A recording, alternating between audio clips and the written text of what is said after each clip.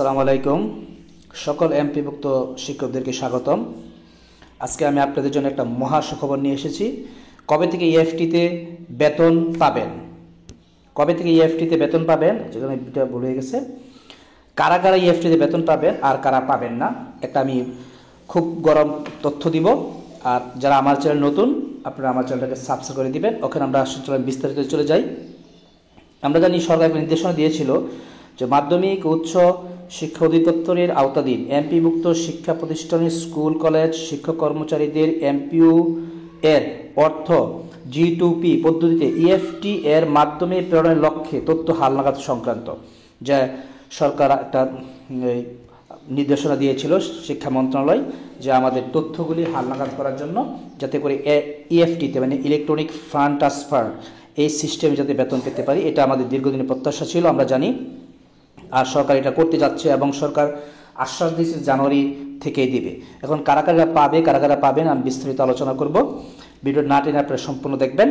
তো তথ্য হালনাগাদ যে নোটিশ, সেটা অনুযায়ী আমি মনে করি যে 100% শিক্ষা প্রতিষ্ঠানই কী করছে, তথ্য হালনাগাদ করেছে। কিন্তু অনেকেরই সমস্যা রয়েছে, যার জন্য অনেকে ইএফটিতে বেতন পাবে না। কার কার সমস্যা রয়েছে চলেন আমরা আলোচনা করি একটু বিস্তারিত। যেমন যাদের তথ্যটা সঠিক হয়েছে, আইবিএস অ্যাকসেপ্টেড হয়েছে, তারাই কেবল ইএফটিতে বেতন পাবেন।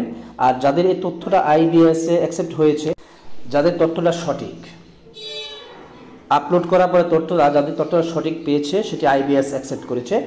যেমন দেখেন, হেডমাস্টার আমি নাম দিয়েছি না এবং এমপিইউ কোডটা আমি এখানে বন্ধ করে দিয়েছি।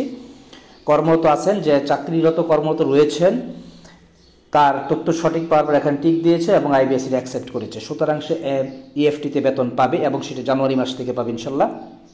তারপর আমাদের কম্পিউটার টিচার, আমি এখানে নামগুলি দেইনি এবং আমি তার এমপিইউ কোডগুলি দেইনি, তাই তিনিও কর্মরত আছেন এবং তার তথ্য আইবিএসে কী হয়েছে, আপলোড হয়েছে।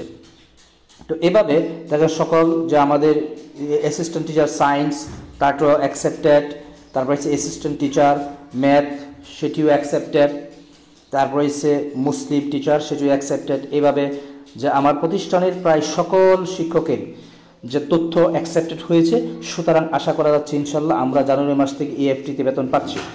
তারপরে দেখেন, একজন টিচার আমাদের রিসেন্টলি সে অপশন নিয়েছে অফিসিয়াল অ্যাসিস্ট্যান্ট, হ্যাঁ, তার কি আসছে, তার তো আমরা তথ্য পাঠাতে হয়েছে এবং তার তথ্য মাওসি থেকে লেখা লিখছে যে মাওসি যে পদত্যাগকৃত, তার মানে সব তথ্য মাওসি যাচাই বাছাই করছে এবং করার পরে যাদের তথ্যটা সঠিক অ্যাকসেপ্টেড, তাদের সবাই আইবিএস এটি অ্যাকসেপ্ট করেছে এবং পাশে টিক চিহ্ন দিয়েছে।